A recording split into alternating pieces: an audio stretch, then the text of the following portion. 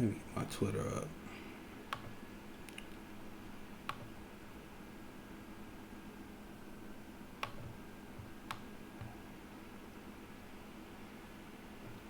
There we go.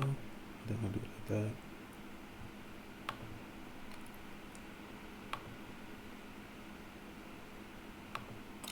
Not bad. So, this is I saw the news of the Bolivia election earlier today. I didn't really comment on it until now.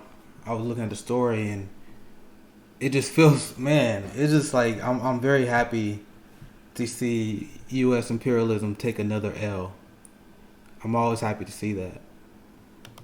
So I'm gonna just go over some of the news that we see coming out of Bolivia and give you guys some background, but mostly a celebration. I mean, I followed the news of when Evo Morales was forced out of power by his military. They accused him of rigging that election, and there are so many propagandists that was spreading disinformation about the original election in Bolivia. You had Mike Pompeo, Trump, all those right-wing goons who was doing the same thing we've seen. I mean, I never understood people who pretended Trump was something else, like he was something different. He always was an imperialist, just like everyone else. He just like George Bush, just like Barack Obama. He's an imperialist to his bones. CIA on suicide watch. What's up, Dr. Soviet? Man, the CIA is getting rusty, aren't they? They're getting kind of rusty. Because they used to be really good at doing these coups. Now, they've shown their hand. They're doing the same playbook over and over again. We've seen U.S. imperialism taking a massive L. A massive L. We saw the Venezuelan coup and how embarrassing that was for them. So they literally had mercenaries who peed their pants during their operation. I think one guy was sentenced to 20 years pretty recently, and that just shows the difference between their justice system and our justice system. Because I remember when that ruling first came out, one of the mercenaries that was tied to the Venezuelan coup. Actually, I'm gonna pull it up. Why not? Give me 1 second. I'm gonna pull up the Venezuelan coup. He got caught and he was sentenced. I think he was only sentenced 20 years. Yeah, there it is. Let me pull it up here for you guys.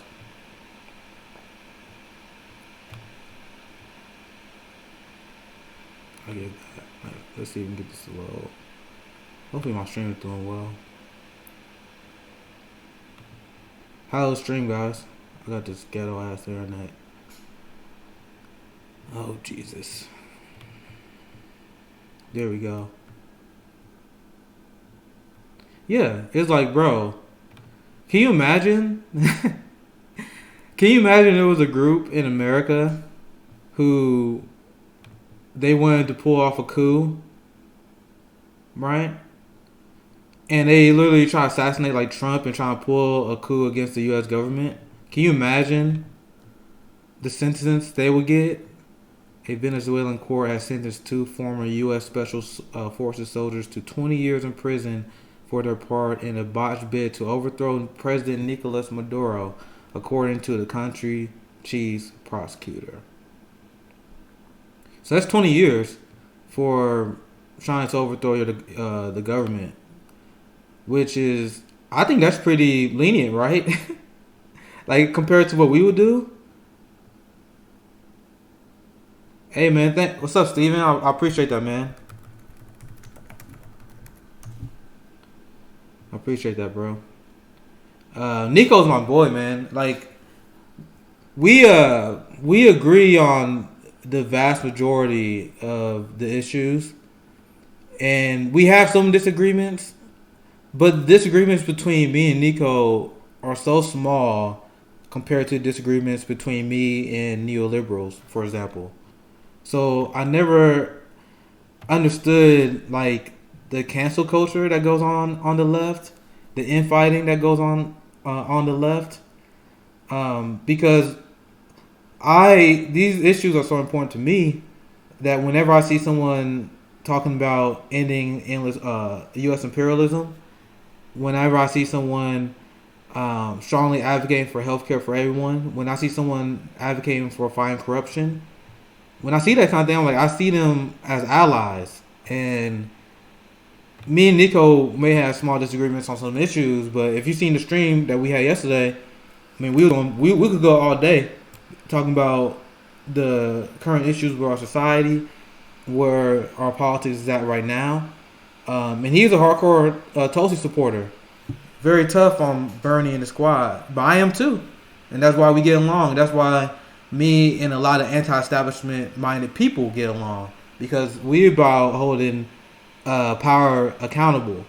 And I make a lot of people mad because I don't hold back my criticism of Bernie Sanders and the squad.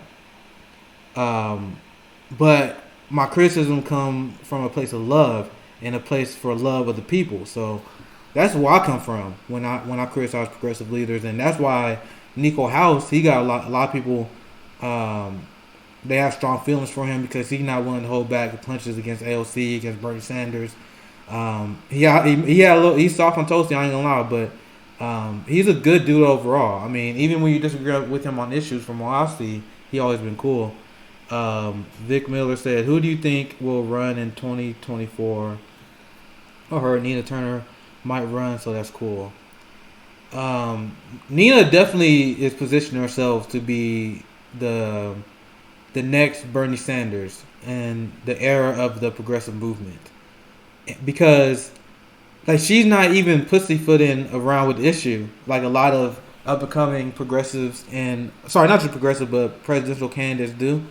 Well, where they know they're gonna run, like it's obvious you're gonna run. Like for example, when Bernie Sanders dropped out in 2016, I knew, and soon the second that Hillary Clinton lost, one of the reasons why I was super excited about that was because I knew that we had another chance to get Bernie Sanders elected, because I knew for a fact that he was gonna run again, and so people asked Bernie and lead up to the election in like 2016, 2017, like the early years of the Trump administration, they will ask him, "Do you plan on running?" And he always say, "I don't know. I doubt it." Like, and I was like, "Bernie, you fucking liar! You know you're running. You know you're running." And unlike Bernie, Nina Turner, whenever she's asked about that, I'm gonna let them know I'm talking about 2024. She straight up said, "Yeah, I'm thinking about 2024," because she knows she's carrying the Bernie movement. She was such a positive messenger for the Bernie Sanders movement. I'm gonna tweet this out. Talking about 2024 Bolivia. So I'm gonna get into Bolivia. So we talking about Bolivia 2024.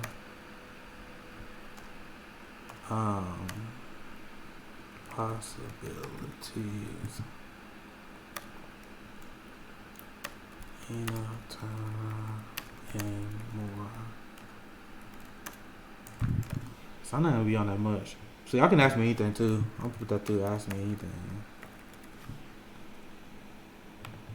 Anyway, back to what I'm talking about though, because I definitely think it's gonna be Nina as the person who takes over for the Bernie win, because she, during the course of the campaign, she grew her profile a lot, doing those massive rallies, and she has a level of charisma that's once in a lifetime. I think that's RJ here. What's up, bro? I think that's RJ, if I remember his name right. Wait till he come in here.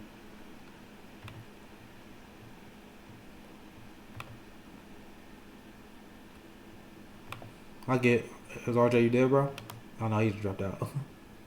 It's cool. It's cool. But anyway, I was saying,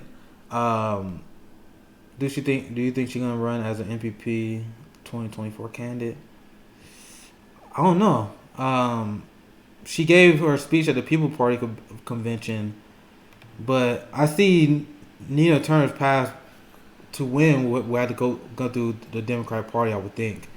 But it would be awesome if she did run as a People's Party candidate, because that would give them a big boost, and that would give her more freedom to attack the Democratic establishment. Well, I don't think she's going to hold back, because she was one of the voices in the Bernie campaign that wanted to go after Joe Biden and wanted to attack them even more, even though Bernie Sanders was a good friend of Joe Biden, was very friendly with him, and he pulled his punches. And I remember I said, because it was the other day was the, I think it was yesterday, was the 1 year anniversary of Tulsi Gabbard calling out Hillary Clinton, what she called her the queen of warmongers. And I'm thinking, like, man, in hindsight, it would probably have been good if we had Tulsi at that last debate, right? Maybe if Tulsi had a chance to speak at the last debate, maybe she could land a slam dunk on Joe Biden. I don't know. The dude on Twitter, he said, "Do you support term limits?" Yeah, I think we should have term limits. I'm for term limits if you ask me personally. The thing with Bolivia is, like, you gotta respect the sovereignty of their country, right? And when they had their election and the Supreme Court took the issue of the term limits, the Supreme Court in their country ruled that term limits was unconstitutional. Now, if you ask me if I personally agree on term limits, I think we should have term limits. But their country literally ruled in favor of term limits being unconstitutional. So if they rule if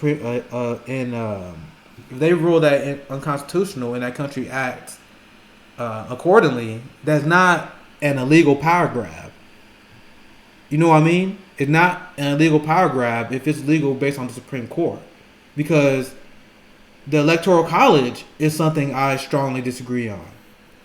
And Donald Trump defeated Hillary Clinton despite the fact that Hillary Clinton had 3 million more votes than Donald Trump. I despise Hillary Clinton. Everyone knows that. But I personally disagree with that. So saying that Evo Morales illegally took power by following a Supreme Court precedent is like saying that Donald Trump illegally took power by following the Electoral College in our system. You know what I mean? So you gotta respect the sovereignty of the country. And Evo Morales didn't do anything illegal, and that's why this victory in Bolivia now is very special, and it's a celebration of the defeat of U.S. imperialism.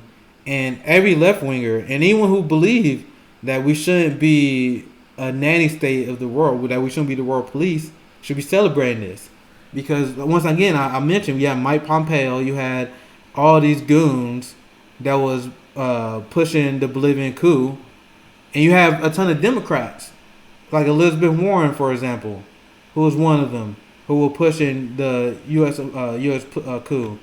A lot of people didn't believe me, and this is one of the reasons why I'm not a big fan of Elizabeth Warren. I never liked Elizabeth Warren. I never will like Elizabeth Warren, because she's a fucking imperialist. Like, the left wing, I'm gonna let these niggas know I'm roasting her. I'm gonna sound roasting Elizabeth Warren. Get some people in here.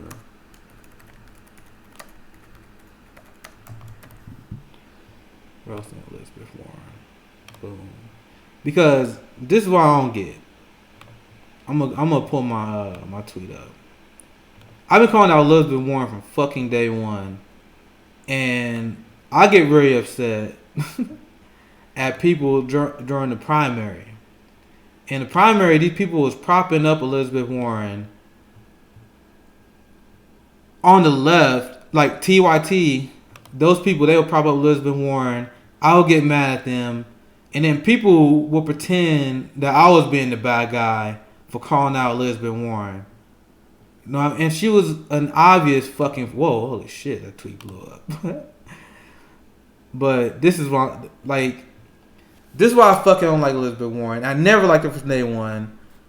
From the time I was aware of her existence, I saw her fighting Joe Biden and Barack Obama's administration. I gave her props for that, and getting the Consumer Protection Bureau in. and that was it. Like that was it for me with Warren. That was the only thing I liked about Warren. And then 2016 came. She betrayed Bernie Sanders, and she took the side of Hillary Clinton because she wanted the Hillary Clinton vice president slot. That was what she wanted, and the thing is, if you look at Massachusetts, Bernie only lost by 1.5 points in 2016.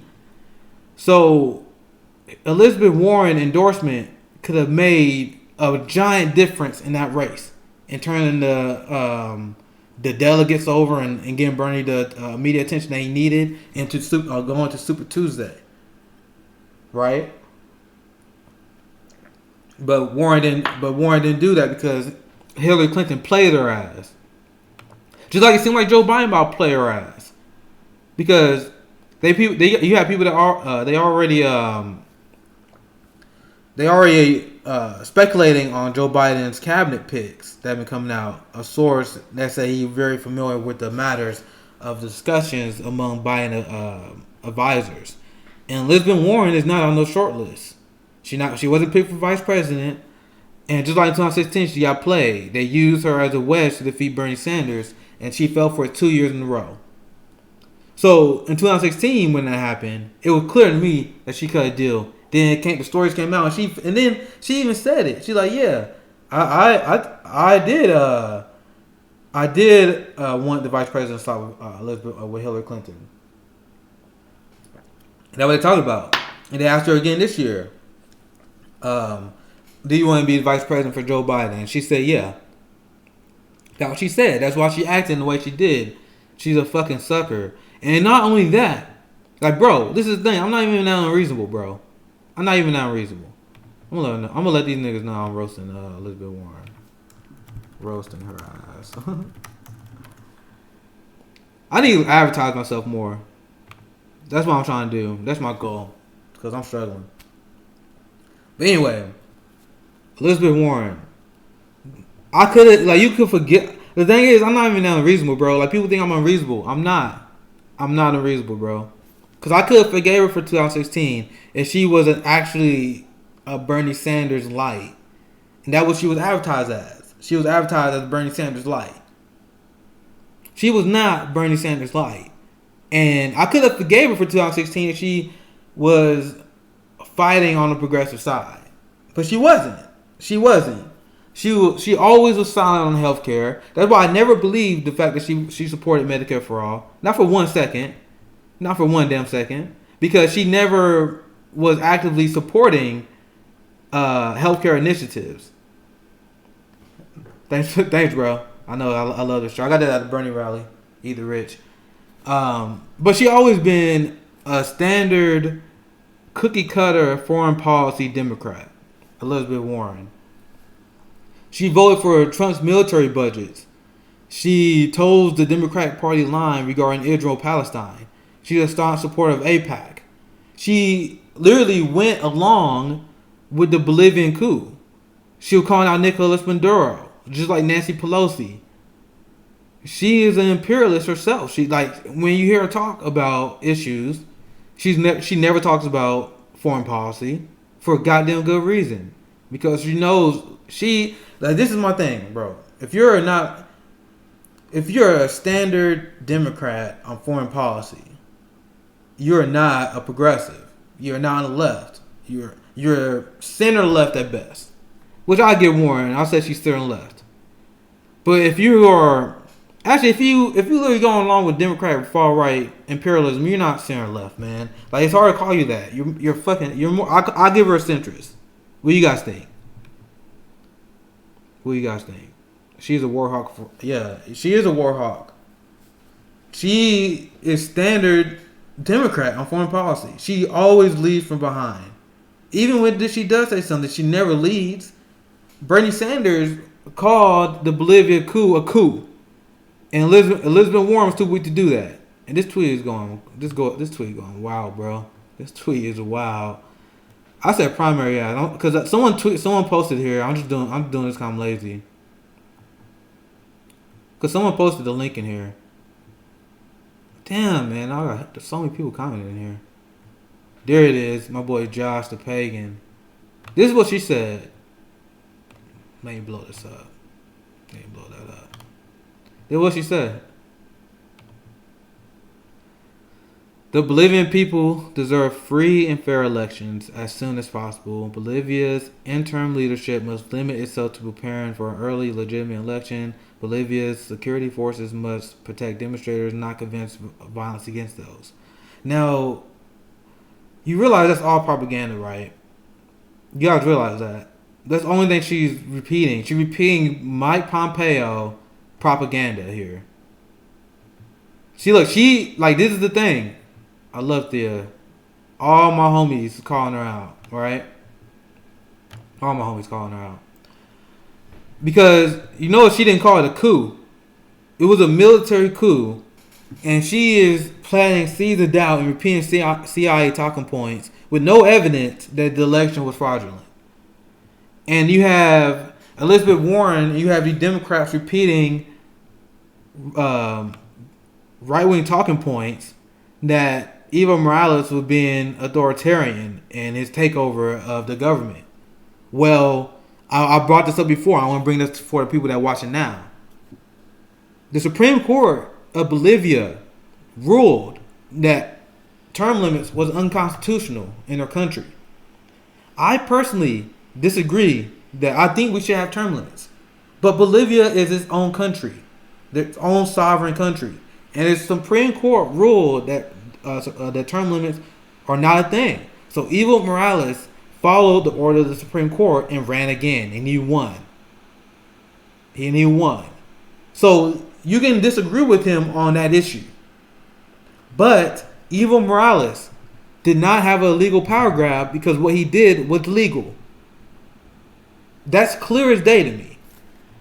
And you have Elizabeth Warren repeating right-wing talking points. We go around that. I'm trying to see because there's some more information here. Yeah, I like this tweet right here. I'm going to pull this up. Actually, let me retweet this. I'll retweet this. Because he said any journalist or pundit who supported the fascist military coup in Bolivia last year needs to be shamed publicly. Can we do that, please? Because this is how you move the needle. You gotta punish them when they're wrong. Because this is what drives me crazy about our corporate media. There is no punishment for being wrong on issues.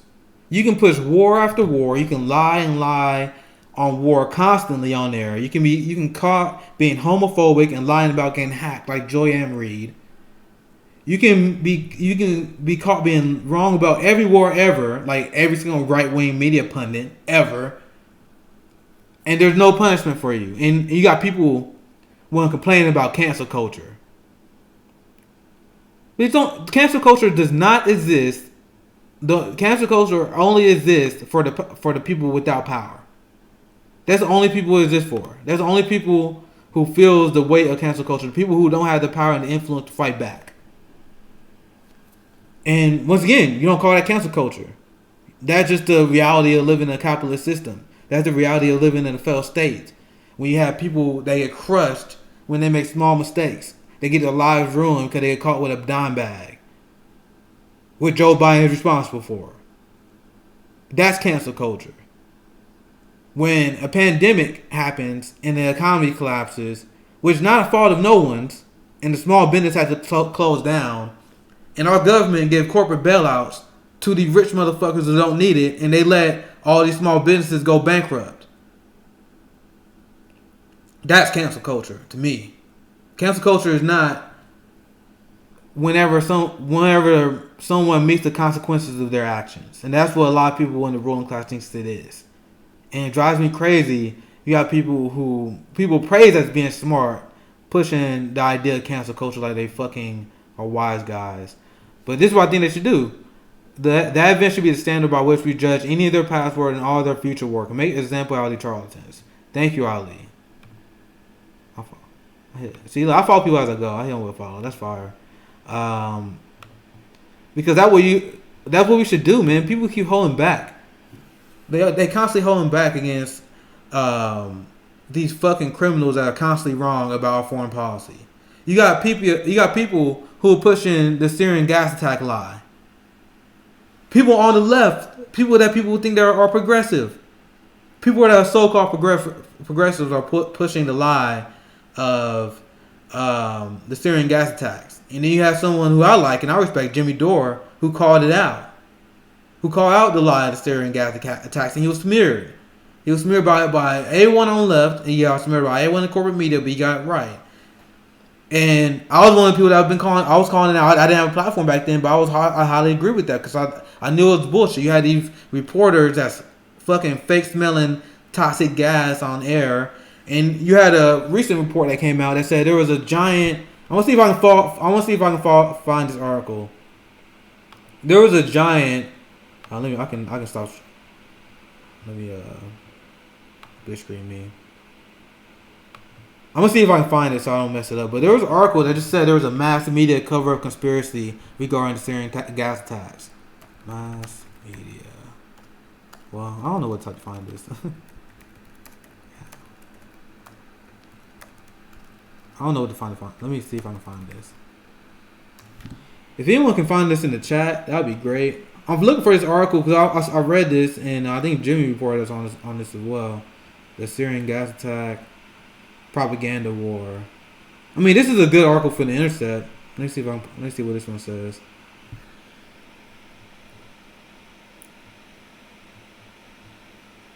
This is not the article I was looking for. There was an article that said that pretty much was outlining all the media complicity regarding the Syrian gas attacks. Well, this is one. I mean, this is just one that you guys can see here. OPCW probes could improve chemical use in 2 Syria attacks. And this is just one. This came out 2 weeks ago. OPCW probes couldn't. I don't know what that stands for. I should. Probes could improve chemical use in 2 Syrian attacks. This came out. This article came out on the 2nd. I don't think I read this one yet. Let's see what this one says.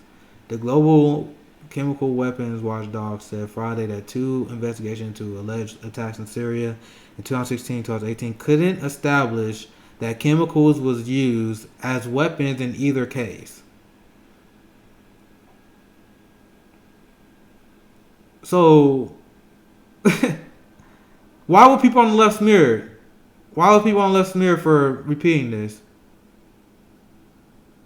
I have no idea. I will never understand that. Because these articles are not hard to find, bro. Like, these articles are out here. There you go. The organization, that's what it stands for. The Organization for Prohibition of Chemical Weapons issued 2 reports.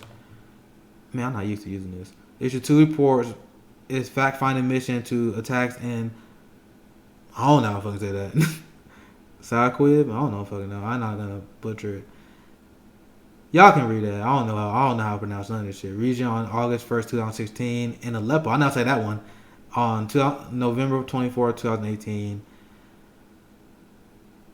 The fact-finding mission. Let's skim this here.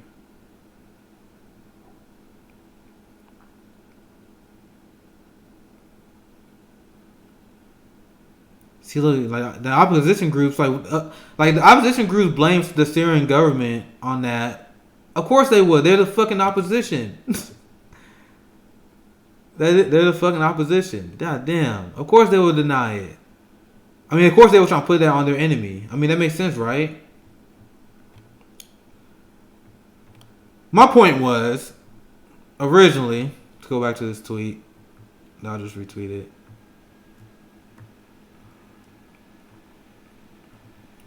Well, I thought I retweeted it. Where the fuck did it go? There it is. But that's the reason why I went into that, because there was it was the overwhelming consensus. Because I mean, I was talking to friends, some of my homies online back then in my multiple chat groups and stuff, and people will call you a conspiracy theory for real for saying the Syrian gas attacks wasn't a thing. They'll call you 100% conspiracy theorist for that. Those people should have been shamed. They got away with that. They got away with with being wrong on this, and there was no punishment for it. So that's why I strongly agree with this.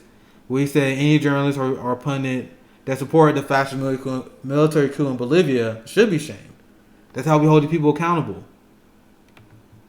But man, I talked about this with Nico House yesterday on his stream. When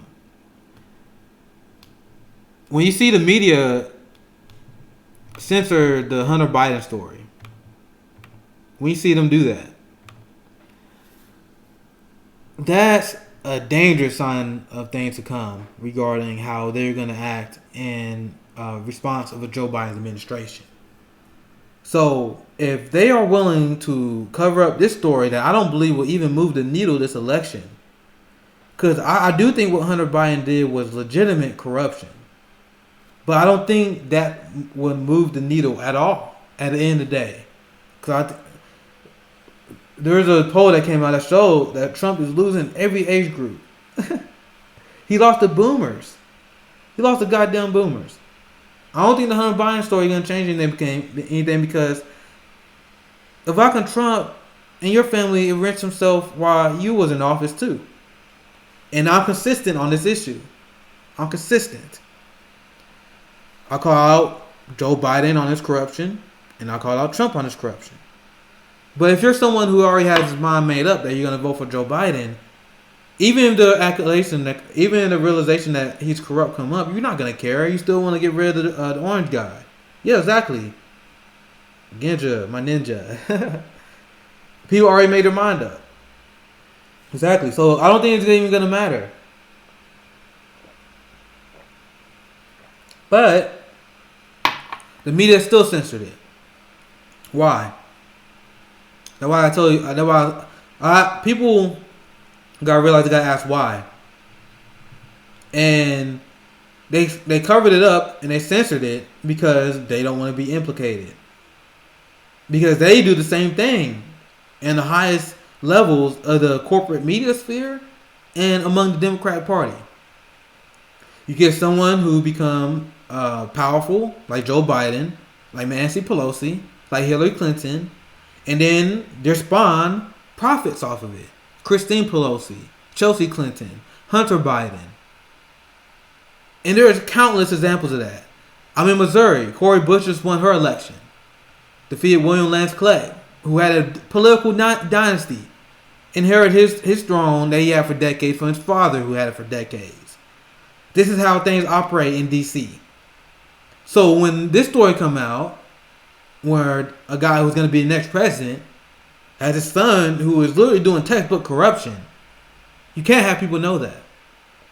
So if they're willing to cover up for Hunter Biden, where are they going to cover up under a Biden administration when he will have complete media complicity? Because Joe Biden, his campaign has been carried by the corporate media, by the mainstream media. Been carried by them. They've been his super PAC from day one, giving him billions of dollars of free media in his one-on-one against Bernie Sanders, airing out all his endorsements 24/7, constantly apologizing for him. When he got accused of sexual harassment by Tara Reid, the mainstream media didn't report on it for 7 weeks. They gave Joe Biden a softball interview, a heads up, if you will, and gave him the easiest softball interview I've ever seen in my life regarding this issue. After giving him 7 weeks without answering that. And if you think that's okay, ask yourself, what would happen if Bernie Sanders had a sexual harassment allegation made against him? Can you imagine how fast and how viciously the media would jump on this? Can you imagine? Bro, if Bernie Sanders was accused of raping Tara Reid the way Joe Biden was accused, credibly, it would be 24/7 news coverage on MSNBC. You have Joy-Ann Reid do nonstop coverage and character profiles on Tara Reid. Can you imagine? Exactly. You're exactly right. Cobaland 22. Can you imagine? They will go bonkers. They'll go crazy if Bernie Sanders had an accusation. But they went 7 weeks without doing that. And you had a Democratic operative drawing smear articles against Tara Reid. That no one would ever, they didn't read the articles. They never read the content of the articles. The headline would be some bullshit like, hey, this is the people we talk to. This is why Tara Reid is not to be trusted. It'll be some shit like that. Then you read the article, it'll be like some fucking landlord, some shit who's mad because Tara Reid didn't make some payments on time. So what? At the end of the day, what are you saying? You're saying that because Tara Reid was poor and she went through a struggle that a lot of Americans are going through right now, by the way. Right now, by the way. You're saying that she's not credible. This is Blue MAGA. This is what I talk about when I say Blue MAGA. Now back to the original point. If the media want to be that complicit this year with Joe Biden, when he don't even have power, he had potential power. Imagine when he's in charge of our country. Can you imagine the information war that's going to go on when Joe Biden is waging his war against Venezuela? When he escalates against Russia even more. Because he says that Trump has been weak on Russia. And if you look at the reality of the situation, Donald Trump has been one of the hardest presidents on Russia since Bill Clinton. He armed Ukrainian rebels. He armed the Ukrainian rebels. Barack Obama and his administration wouldn't even go that far. They didn't want to do that because they didn't want to escalate with Putin that much. And Donald Trump did that. And just recently, this year, he expanded CIA power that allowed the CIA and intelligence communities to launch cyber attacks on their financial institutions and their infrastructure. And they just had a attack that happened this summer. So you had Trump that goes ham on Russia. He refused to sign a nuclear arms treaty with Russia. And now you got the doomsday clock with as high as it's ever been. Because U.S. escalation with Russia. And Joe Biden said Trump has not been hard enough on Russia. He's been soft on Putin. That's the talking points coming out of the media sphere that will influence Joe Biden's administration. So what did that tell you? Joe Biden is going to be an insane war criminal and war hawk. And he's going to have the media. He's going to have Twitter. He's going to have Facebook. Attack and censor all these independent media voices that will be calling him out. I'm prepared. I already know my Twitter probably going to be banned because when Joe Biden in charge, I'm going to be covering all his war crimes. Subscribe on Twitch. Subscribe on YouTube. Because I'm going to be on him. That's what I'm trying to do. I'm a citizen journalist. And if you guys think I'm like liberals getting mad at me because I'm hard on Biden right now, you guys think I'm hard on Biden while he's running against Trump. Imagine what I'm going to do to Biden while he's in power. I'm going to do everything I can to expose his crimes. I'm going to do everything I can. Because I think he already shown that his administration is going to be an insane power grab. And by the corporate establishment. Because Joe Biden is not all the way there.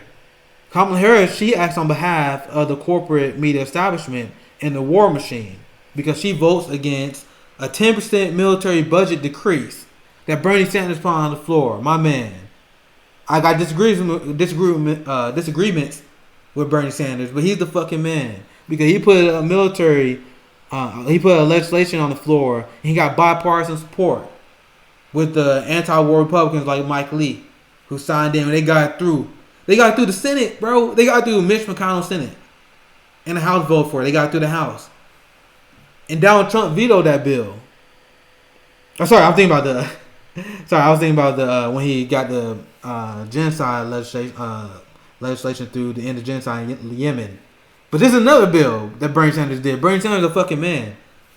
He got the bill through to decrease the military budget by 10%. And most people was like, that's cool. I mean, it's not gonna pass. But he got a lot of Republicans that signed on to that. And you had Kamala Harris, during her audition for being vice president, voted against that military budget decrease. Right? Oh, I messed up my foreign policy stories there. So, Kamala Harris voted against the 10% military budget decrease as her audition to be Joe Biden's vice president. You guys realize that, right? That was her audition. If she voted for that, I think they would sign her off right there. Because even though it wouldn't have mattered at the end of the day, because the legislation wouldn't have passed, that would give them a bad sign because they know that she will have a lot of influence in the administration, and the idea of cutting the military budget is inconceivable to them. Joe Biden even came out and said he wanted to increase the military budget even more. Instead of having a job program that would be way more efficient, that wouldn't ruin people's lives, and instead of providing health care for these people that do that, you want to waste and pump more money into this machine that is known as an insane wasteful in terms of the amount of money they waste, and they're one of the world's largest polluters. So when people want to yap to me about Joe Biden's climate plan and how he's going to be good for the climate, not only does he refuse to get the climate, he actually doesn't listen to the science. He refused to ban fracking. He refused to get the emissions down before 2030, which the Green Party is pushing for, which a lot of climate scientists are pushing for, and what the climate experts are pushing for, and what the Sunrise Movement originally was pushing for. And Joe Biden said 2050. It's too late, bro. You'll be gone by then, but that's too late. You damning my niece. You damning me. You damning my future kids. You damning the next generation. So on top of him not having an adequate climate plan, not only that will he not ban fracking, he's going to increase the military, which is the world's largest polluter. Don't believe me? 1 second. Y'all niggas don't believe me.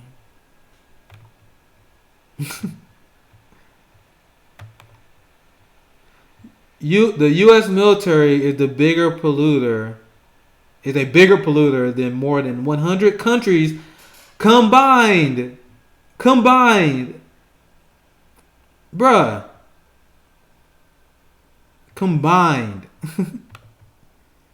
So when you hear liberals and right wingers say shit like, "Oh man, you believe in climate change, but you drive a car.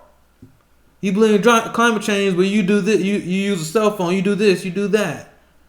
Bro, it's not on the civilians, bro. It's not on the civilians, because all of our climate emissions is caused by these corporations in the U.S. military. China has corporations that are largely responsible for this as well. But this is our climate crisis. Not what we're doing. There's nothing that we can do in our life, even if we have a perfect green populace, that will only decrease emissions by like 15 to 18% that we need. Because like all these emissions are caused by corporations. Like 71% is caused by the top corporations in the world right now. And you got the U.S. military, which is a bigger polluter. Let's see if I can find another one. Then 100 countries combined, bro. Like what? What? Let's see. The U.S. military carbon blueprint is enormous. Like corporate supply chain, it relies on extensive global network of container ships, trucks, and cargo planes to supply operations with everything from bombs to humanitarian aid and hydrocarbon fuels. Our new study calculated the contribution of this vast infrastructure of climate change. Greenhouse gas emissions accounting usually focuses on how much energy and fuel in recent work. So, U.S. military one of the largest polluters in history, consuming more liquid fuels and emitting more climate-changing gases than most medium-sized countries. If the U.S. military was a country, its fuel usage alone would make it the 48. Oh my God! Sorry, the 47th largest emitter of greenhouse. Oh my, dude, hold up, bro. Hold up. Bro, that's fucking crazy. I'm about to tweet that. That's fire.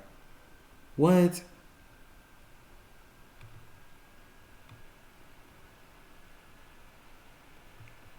Hold up.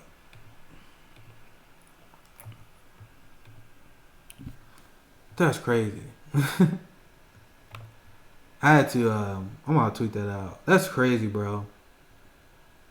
So if people will say the Green Party is crazy because the Green Party wants to cut the military budget by 70%.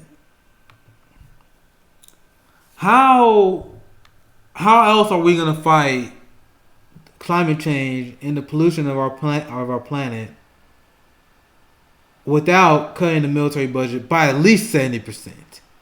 If you look at that article, I'm about to tweet that out right now. Look at that article. Holy shit.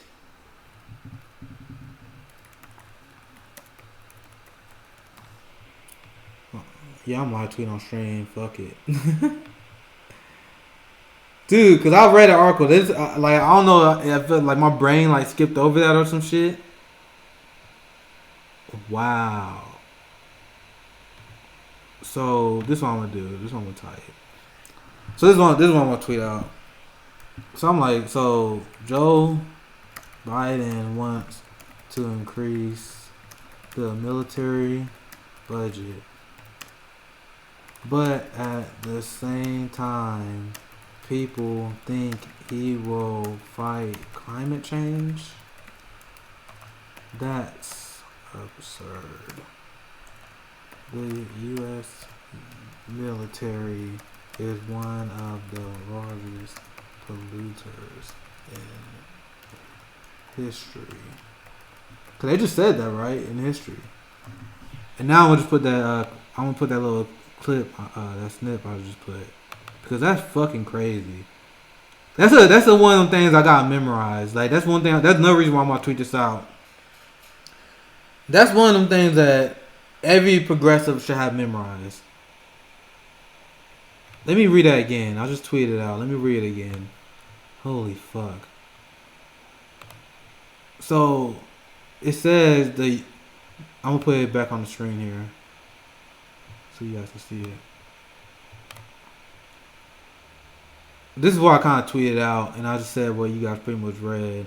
The U.S. military carbon blueprint is enormous.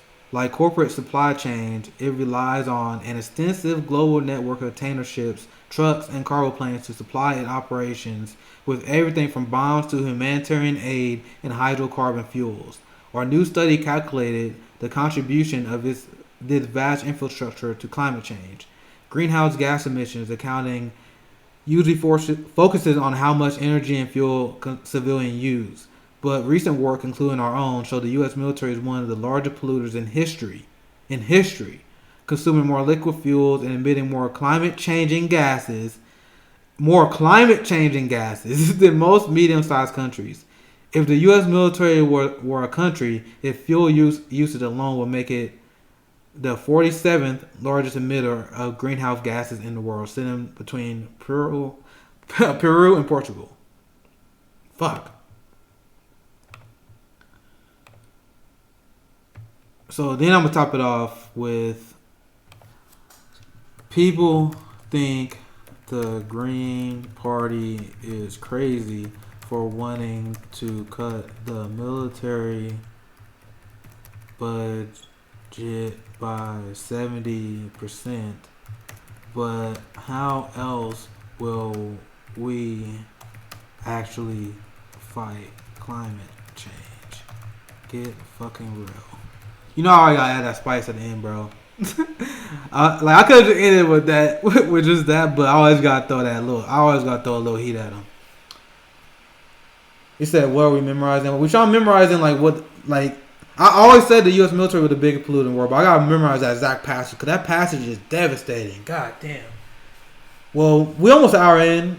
I'm gonna clear out this room. We about to have some visitors here. I might be able to finish up here.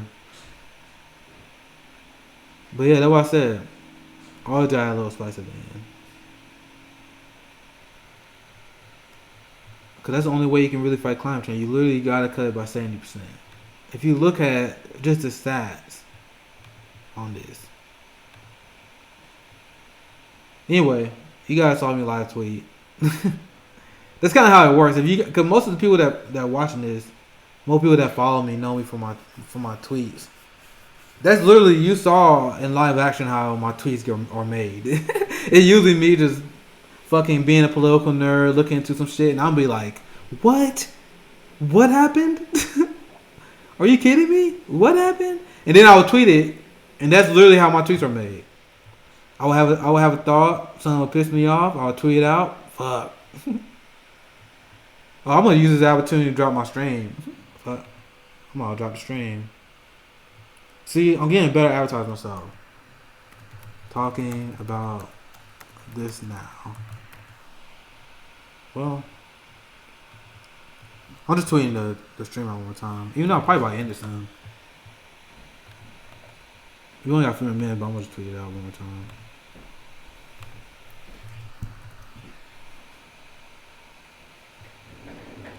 Yeah, we about an hour in. I think this is a good time to call it too. Ah, man, I'm about to drop the link. Oh well. Anyway, I want to end it with this. I want to show this last clip because this had me happy. I'm pretty much going back in my tweet history here. I'm gonna show this last video and we can call it for the stream. I'll be back on tomorrow. Dang, that tweet taking off. I was gonna show the people celebrating because that made me so happy when I saw that. It's so rare when you see a country defeat U.S. imperialism.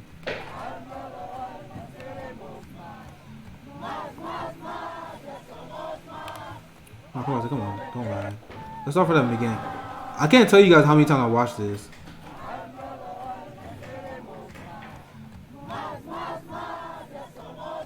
I don't know the thing, man. I don't know.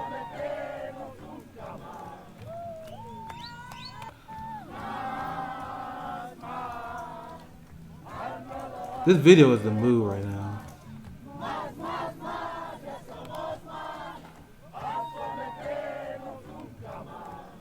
This video is a whole mood. Cause that's why you guys watched me at first. Cause like I said, I just wanted to celebrate the Bolivian coup being shut down. Hey. Yeah, I'm gonna play this a few times. It's only 30 seconds. This video is so hype. I usually stream around noon. That's what I'm probably thinking.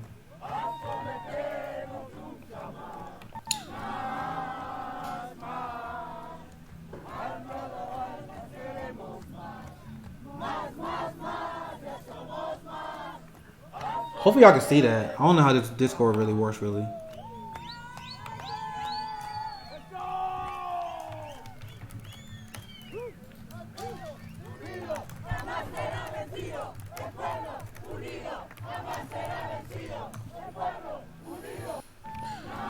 Hopefully you guys can see that, but the song itself is hype.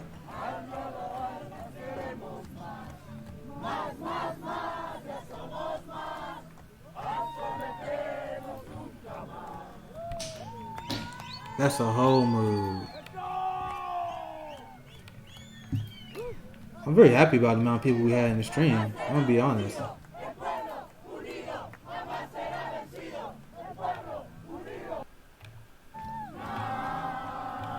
Alright. So, I'm very happy about the views we have. I appreciate you guys coming out and watching. I'm about to the sound video, but the video frozen. It's cool.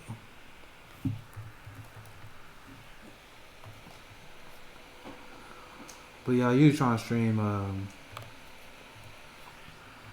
gonna give you guys a few links here to follow. I usually try to stream about 3-4 times a week. I may pick it up now because I just got an affiliate on Twitch, which is very exciting. I still barely know how it works. If I'm gonna be honest, but it's giving me that's just a good sign that I'm growing, and I'm very happy that you guys enjoy the stream. Please support my work if you can. Sounds tough. And if you missed out some of the stream, don't worry, it's all good. I'm gonna upload this replay on YouTube. Let me get the link here.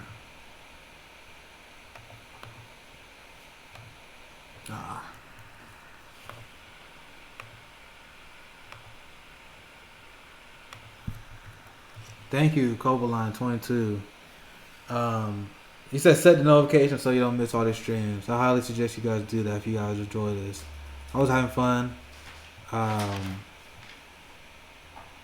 that's my channel.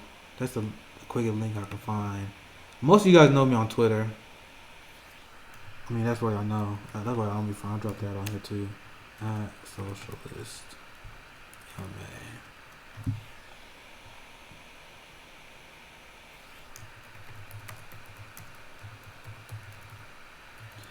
Like, the thing is, I didn't really have any plans on streaming today, but it's like the news from Bolivia, like today, was so like it's rare we get good news like that.